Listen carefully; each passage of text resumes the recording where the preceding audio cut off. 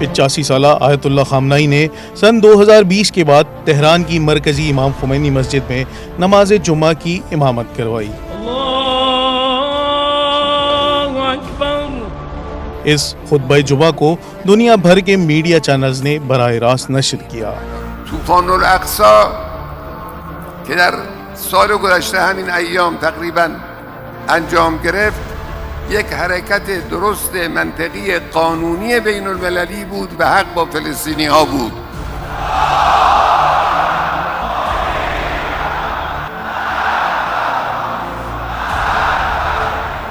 ایران میں رہبر اعلیٰ کا خطاب ہمیشہ سے اہمیت کا حامل ہوتا ہے، لیکن اس بار اس خطاب کی اہمیت دنیا بھر میں اس لیے بھی بڑھ گئی تھی کیونکہ یہ حزب اللہ کے سربراہ سید حسن نصر اللہ کی شہادت اور اسرائیل پر ایران کے براہ راست حملے کے فوری بعد کیا گیا تھا۔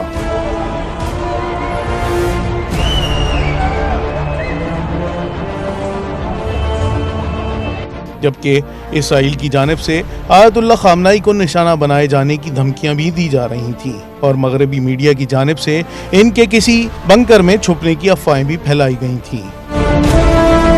یادم رفت غافل دادیم دل به دستت ما را یاد و تو را فراموش۔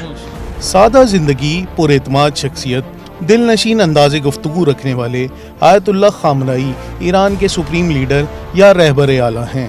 رہبر اعلیٰ ایران کے آئین کے مطابق ملک کا سب سے بڑا اور طاقتور عہدہ ہے۔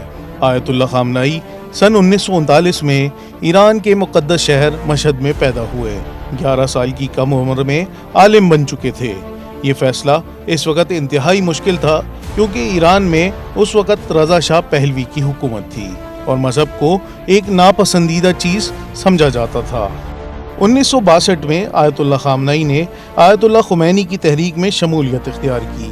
یہ تحریک ایران میں اسلامی نظام حکومت کے قیام کے لیے تھی جو یقیناً شاہ ایران اور اس کے رائج کردہ نظام کے خلاف تھی۔ اس تحریک کو کامیاب بنانے میں آیت اللہ خامنائی کا کردار مرکزی تھا۔ اس کی خاطر انہیں 6 بار جیل بھی جانا پڑا۔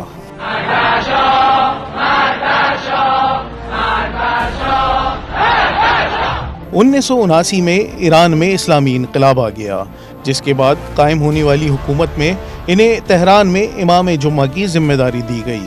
1980 میں آیت اللہ خامنائی سیکٹری دفاع اور سپاه پاسداران انقلاب اسلامی کے سپروائزر رہے۔ مرحوم آیت اللہ کاشانی یه فرد مکتبی بود۔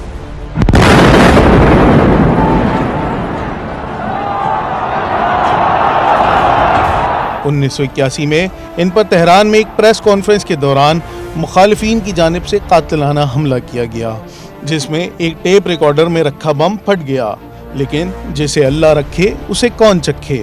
آیت اللہ خامنائی اس قاتلانہ حملے کے نتیجے میں زندہ تو بچ گئے لیکن ان کا دایاں ہاتھ بیکار ہو گیا۔ وہ 1982 سے 1990 تک ایران کے صدر بھی رہے اور اس دوران سرزمین پاکستان کا بھی دورہ کیا اور پاکستان میں ان کا تاریخی استقبال کیا گیا۔ ایرانی پاسداران انقلاب کو بااختیار اور مستحکم کرنے کا سہرا بھی آیت اللہ خامنائی کے سر جاتا ہے، جس کی بدولت آج ایران امریکہ اور اسرائیل کو آنکھیں دکھاتا ہے۔ 1989 میں آیت اللہ خمینی کی رحلت کے بعد انہیں ایران کا رہبر اعلیٰ منتخب کر لیا گیا۔ پوری دنیا جانتی ہے کہ ان کی کہی جانے والی بات ایرانی قوم کے لیے حتمی بات کی حیثیت رکھتی ہے۔ صدمداران رژیم صهیونیستی ما رو تهدید هم میکنن، تهدید به حمله نظامی میکنن که اگر غلطی از اونها سر بزند جمهوری اسلامی تل آویو و حیفا رو با خاک یکسان خواهد کرد۔ مسلم ممالک کی تاریخ میں آیت اللہ خامنائی شاید وہ واحد رہنما ہیں جنہوں نے اسرائیل کا جم کر مقابلہ کیا اور کسی قسم کے نقصان کی پرواہ نہیں کی۔ آیت اللہ خامنائی اس وقت 85 سال کے ہو چکے ہیں اور اس وقت بھی ایران کے سپریم لیڈر کی حیثیت سے اپنی ذمہ داری ادا کر رہے ہیں۔